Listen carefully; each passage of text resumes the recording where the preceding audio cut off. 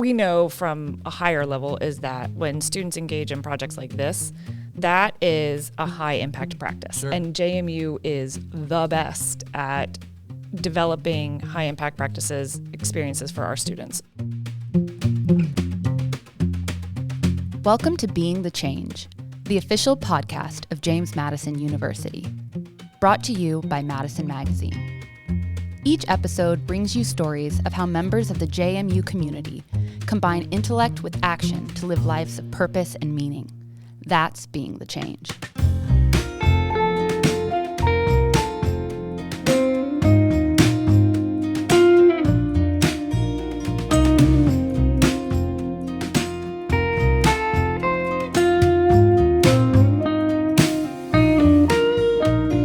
What's up, JMU? Andy Perrine here. Welcome to Being the Change. In our last episode of Being the Change, Dr. Anthony Tong and Dr. Rudy Molina were here talking about research at JMU from sort of a 35,000 foot level. Today we're going to be talking about research at JMU on the ground floor. And with us to do that, we've got Dr. Patrice Ludwig. She's the interim assistant VP for research and innovation. She's also on the faculty at the biology department, and you'll be delighted to know, listeners, that she is a double Duke. And welcome, Patrice. Thank you so much. And we have two students, which is terrific because students always light up the episodes more so than when it's just us administrators talking. We've got Tony Gelona. He's a biology student. Welcome, Tony. Thank you for having me. Oh, I'm glad you're here. And Corrinne Cullina. She's also a student, and she's also a biology major. Yeah. And what we didn't know when Dr. Ludwig invited the two of them is that Tony and Corrinne are actually pals. So they both shared notes that they got invited to be on a podcast, and like, wait, what? And so now they're here. But the reason why these folks are here to talk to us is that Dr. Ludwig is responsible for coordinating a whole bunch of on-the-ground programs for the university that are focused on student research. Patrice, why don't you give us a little bit of an overview? You're kind of like a general at the Pentagon. You're in charge of so many things that go by acronyms. Yes. But why don't you just give a little bit of an overview of what you do? Yeah, I'll ignore acronyms and just talk about the activities. Okay, How about perfect. that? Thank you. So one of the things that I do is across campus, across every division, is support research and innovation in whatever form that takes. Particularly today, talking about undergraduates and how they engage in that. We've got called Student Awards, Initiatives, and Research. So that acronym is STARE, because you're stepping up in the world. Nice. We'll call it that. Nice. And then we've got another one. In STARE is a lot of undergraduate research and Office of Fellowships and Awards. Okay. X Labs is another really amazing place on campus that helps students particularly, and I'm going to say faculty and community members, think about research and innovation and how they can push envelopes to solve global challenges, real world applications there.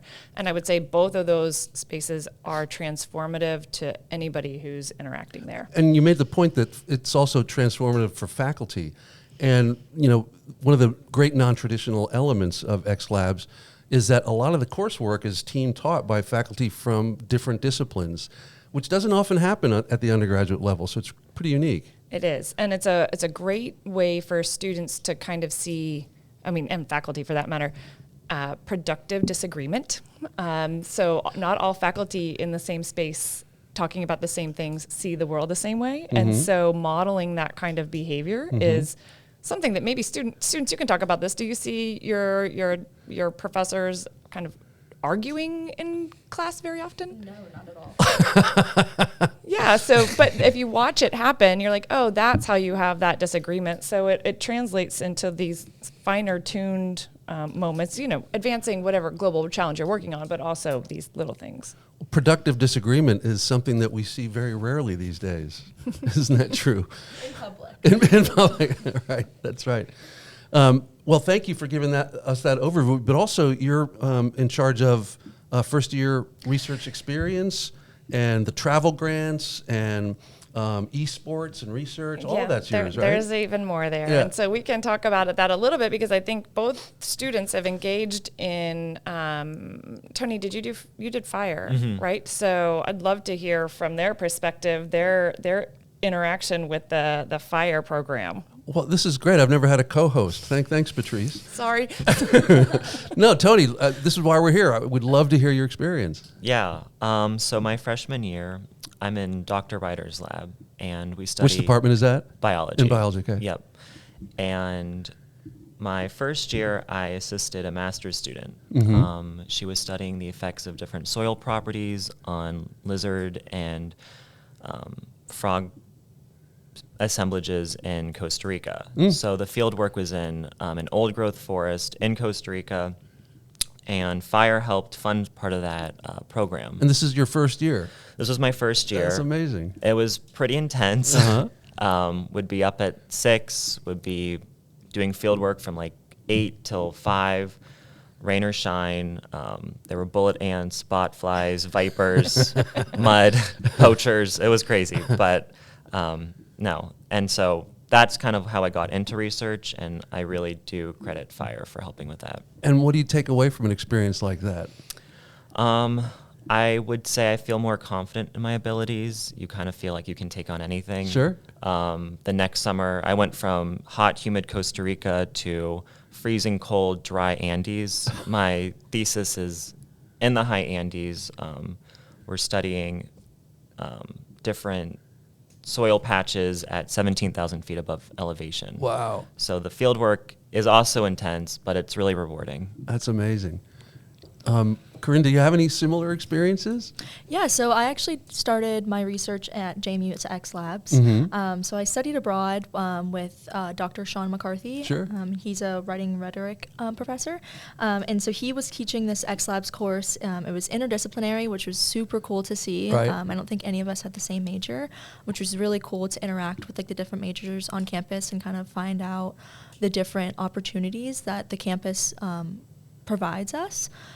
So it was Sean McCarthy brought me in, and then Patrice Ludwig actually ended up being a co-instructor. And so we also had Dr. or I guess he's not a doctor, Eric Major, who... Oh, he's an alum. He is an alum. Yeah, Yes, yeah. he is an He's alum. been on the show. Oh, really? Yeah, he and his wife Laura were on Being the Change. Oh, super cool. I didn't know that. Yeah. So he was a part of the class as well. And so we were trying to find ways to solve the problem of older adults falling and getting picked up. Obviously, you don't want to hurt someone when you're picking them up, especially if they're already hurt. So we came up with a device for my research, which is called Easy Rescue.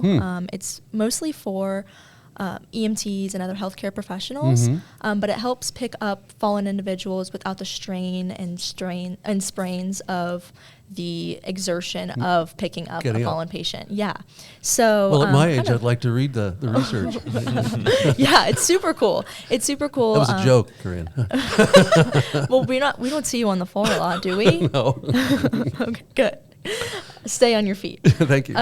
So yeah, we kind of did that. There was a group of, I think, 8 of us, but they all had kind of parted ways, and I found the research super important. Cool. So me and Dr. Patrice actually became, I guess we kind of made up our own research. It wasn't like through technically the biology department. Whose idea was it? Was it yours or was it Dr. Ludwig's? It was mine. That's awesome. I went up to her. That's cool. Yeah, but it's been really great. It's been really great. It's been very helpful, kind of like navigating the new, like coming up with your own research has been super cool. And it's cool that it came out of X Labs because that's not normally what X Labs was about in the beginning. Sure.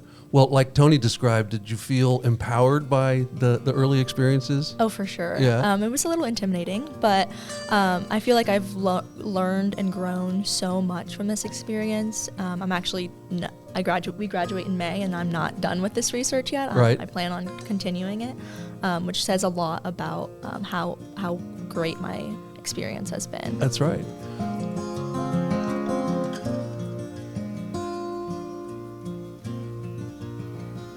Well, Patrice, why don't you tell our listeners how typical is this of the undergraduate research experience at JMU, but then also put it in the context of how atypical it is for the undergraduate experience at most research institutions. Yep. One of the things that I hear, we know from a higher level, is that when students engage in projects like this, that is a high impact practice. Sure. And JMU is the best at developing high impact practices, experiences for our students. So hearing your things, like hearing your stories is like, yes, that's it. Right. Through that process, I hear you develop a sense of your professional identity or be challenged in your professional identity, your sense of belonging by being in an immediate research group and being in your team. Those are really important for attributes to stay at the university and find your people.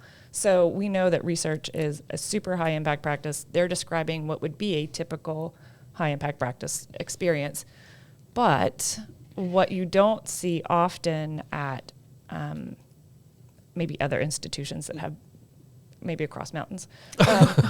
We're not naming names. Not naming names, but there are undergraduates in the lab, but they're not taking as much ownership of the project and where that project goes. So for Corrinne's example, and I know this one just because I'm sitting here, like working with her, she's going on to the Madison Accelerator for her research. This is an applied research project. She's looking at intellectual property. I didn't see that as much at my other institution before I came here. So that's a different level. And that kind of responsibility that comes. Did you ever think you would try and price out an IP lawyer? Absolutely not, Right. especially as a biology major. Right. And you're going to do the accelerator this summer? Yes, yeah. That's great. Well, so what's the idea? So it's a 6-week course. They're actually paying us $8,000 to work for JMU. Right. And it's a 9 to 5, regular 9 to 5. And me and my business partner, Devin McGovern, are going to kind of hone in on the next steps of our research. I think our next steps definitely have to do with a prototype, kind of piecing together different materials and finding what works best for the mechanism to lift up a patient. So those 6 weeks, we're going to be collaborating with lots of other students, but also a lot of other business experts that know the IP side of things or know the engineering side of things, because obviously we're biology majors and Right. we do want to be as independent as possible. But there are some times when we need to lean on someone else and Sure. kind of get some more information. And I should note real quick that the accelerator is part of the Gillum Center That's right. for Entrepreneurship. And Eric Major, who you mentioned earlier, is very involved. And he ran a business that was a medical device business. So he's the perfect mentor to see you through this. For sure, Yeah. yeah. He was great in the X Labs class. He's gone and done a talk at the Gillum Center. I think he had one of the most audience people in the Participation, audience. yeah. Yeah, The biggest audience, yeah. yeah.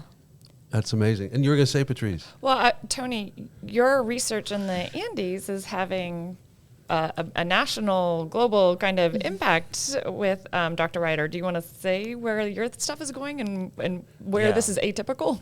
Right now, I'm working on my manuscript. Like Corrinne, we're both in the Honors College, so we're finishing up our thesis. I'm finishing up my thesis, which I'm hoping to submit later this week. But Well, thanks for taking the time to come talk to us on the podcast. the work, it's really cool. We're looking at ecosystem formation following glacial retreat in the high Andes. Right. So a lot of the work involves climate change. There's a lot of different parties involved. I think there's local communities that live in the high Andes that are really being affected by the glacial retreat. And our work is kind of seeing how the landscape might change post-glacial. So Tony, why don't you tell us what the research is so that the listeners can get a better idea of how you're going about this? So Peru has the highest density of tropical glaciers in the world. As temperatures rise, these glaciers recede, and they leave behind rocky substrate, which we call moraines. These moraines are nutrient poor and don't act as poor facilitators for life. But as these areas open up, plants and animals move up higher in elevation, and they move into these deglaciated areas. Right. Our study species, the vicuña, Which is a... it's an Andean camelid, so they're distant relatives of llamas and alpacas. Okay, so a mammal. Yeah. They walk into this deglaciated forefield, and they leave behind latrines, which are communal dung deposits. Basically, they poop in the same spot over and over again. And Much like a lot of other mammals. their poop Their poop piles are high in nutrients, and unlike the surrounding soil, facilitate lots of plant life. Huh. So this is direct evidence of the glaciers receding. Yeah. And when you think of primary succession, habitat formation, this happens over decades, hundreds of years. This is, for us, it's happening, in this area, it's happening at an accelerated pace. Wow. So we're kind of comparing how do these latrines function in these deglaciated areas? Do they act as subsidies for animals? Mm-hmm. Do they facilitate plant life? Mm-hmm. So it's really interesting. There's a lot of questions, and like you said, we set up camera traps at all these latrine sites to see, are there certain animal species? How do they interact with these latrines? And we have found a bunch of cool things. We found Andean cats, which are some of the rarest, one of the most critically endangered animals in the world. It's like one of the rarest species of feline. And the camera trap picked her up. Picked a multiple. Oh, wow. That's So we're hoping to have like a natural history note published. Wow. Well, what were you going to say? I was just he's being really humble right now. Tell them about the video that is being published of your traps in the national. And the work was featured in NBC's The Americas. Wow. That's Yeah. where I was. Oh, That's what I was You got there. You are very humble, Tony. my PI, Dr. Kelsey Ryder. Principal investigator. Yes, principal investigator. She studied, her dissertation was on these high Andean frogs, and their special ability is they can survive, they can freeze and then thaw themselves out. Oh, yeah. And so 2 years ago, she led an expedition up and with this NBC team, and it premiered, I think, 2 months ago. Oh, wow. So I didn't know we had a star on the episode today.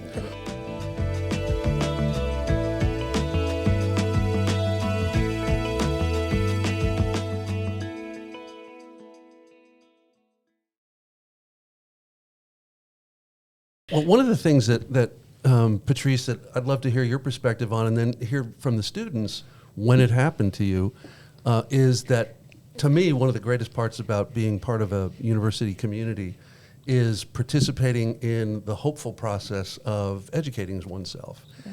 And I know where I was on the JMU campus in the early 80s when the figurative light bulb went on for me. Patrice, when you see that happen, what is that? I mean, you're an enthusiastic person. Yes. And I know that you like to get the students excited. When you see the light bulb go on, what does that mean to you as an educator? Well, I wanted to be altruistic and say, oh, it's all for the students. And when you see that, you're like, oh, I did something. Like, we made a connection and I had a part of that, and now the student is feeling this way. And one of the joys, I guess, in the part of the way that the creative act of teaching and doing research happens is that you're reading your mentee, or, at JMU, research happens in course-based undergraduate research experiences too, so it's a whole class. And when you see the chain reaction start to happen, you're like, yeah, I was a part of that. But then you have to attribute it directly to the work that the students are doing, because the mental gymnastics of getting there is like huge. Well, just caring enough to dive into the work. Yeah. So yeah. I want to say, oh, it's all for the students, and yet I'm like, yes, I did that. So I'll claim my part. Yeah, no, when I go to commencement and I see everybody being so joyous, I feel like a ghoul, like I'm stealing energy from everybody. Yes, yeah. It's so powerful. It's super powerful see the students make the connections. And then you can honestly see when they make the transition of like, that's somebody else's idea, that's somebody's project, to the switch where like, that's mine. I don't care about a grade. I don't care about, whatever it is, I'm in it to the end because I care about my research question or my Which scholarship. is exactly what's happening to Corrinne this summer, right? Yeah. Well, when do you think, and can you tell us where you were and when it was, Corrinne, when the light bulb went on for you? Yeah, so I'm a transfer student, so I took the NX Labs class. It was right after I transferred. And I've always wanted to be in business in some some way, shape, or form. Right. But when I transferred to JMU, my goal was to graduate with 4 years. And that was just not practical to have a business minor. So when this became a thing, I was intrigued. I really was. And then having class with Patrice and Eric and Sean, they're like the 3 like happiest people ever. Like I don't, like, their cheeks have to hurt after class. They want it for them, but they also, like, I feel like they want it for us more than they want it for anyone else in the room. And it's shown. Patrice and I have gone back and forth, FaceTiming, phone calls. It's 9:00 at night and she's still responding to my text messages. Right. And to have that support is amazing. Like, it's an insane feeling to say, like, this is my project and I am putting so much work and effort into it, but I have someone behind me kind of kicking me and saying, you can do it. Like, you, like, don't have that down moment. It's okay to cry right now, but you're gonna get there and I'm gonna help you get there. And so through that, I obviously we talked about the GCFE and they were super helpful, where I've done lots of pitches and in front of— That's the Gillum Center. Yes, sorry, the Gillum Center, yep. And that's at the business school. And so I've done lots of pitches. It kind of started with a group almost the size of this, and I've gotten to the point where I've pitched in front of hundreds of people. And I'm the type of person where I am outgoing, but in high school, I would cry when the teacher called on me. I was petrified. And to say that I've pitched in front of hundreds of people is insane. You would never have thought that the Corrinne 4 years ago was the Corrinne today. You've come a long way. For sure, for sure. And I don't think I can't give any more thanks to anyone other than JMU. Well, we haven't had Dr. McCarthy on the show yet, but if you think Patrice sounds enthusiastic about what she does, he makes you look like a dullard. I know. I cannot be compared to that man. Well, Tony, when did the light bulb go on for you? Was it in the depths of Costa Rican rainforests or at 1,900 or 19,000 feet in the Andes? Yeah, I think the light bulb for me came off in the Andes, 17,000, like I said, 17,000 feet above sea level. You would just wake up, your face would be cracked because of like high UV index. There's no, if you're like me, I was going through withdrawals because you don't have Wi-Fi for 2 weeks. There's no, you can't use your phone. And you're pretty close to the equator there, so that's why the UV is totally different. Well, you're so high up. And you're also real high up. Yeah. And it was just, going through that experience, I think coming back down to ground level, I was like, I can really do anything. That's awesome. There's something about your first real, your research experience being also abroad. Like, both of you had abroad experiences that kind of was the Flipped the switch. That also helped you move forward in your identification with that, which is important. Well, and study abroad is also considered one of the high impact practices. Yes. Yeah, I was faculty member in residence in Florence for a semester, and to see the transition of the students, especially in a city where they didn't speak English, and they were afraid to get on the wrong bus, and just by the end of the third or fourth week, they're like, I can do anything, right? Is that how you felt? Yeah, for sure. Yeah. You have to get a little humbled by the end. Right. It's amazing.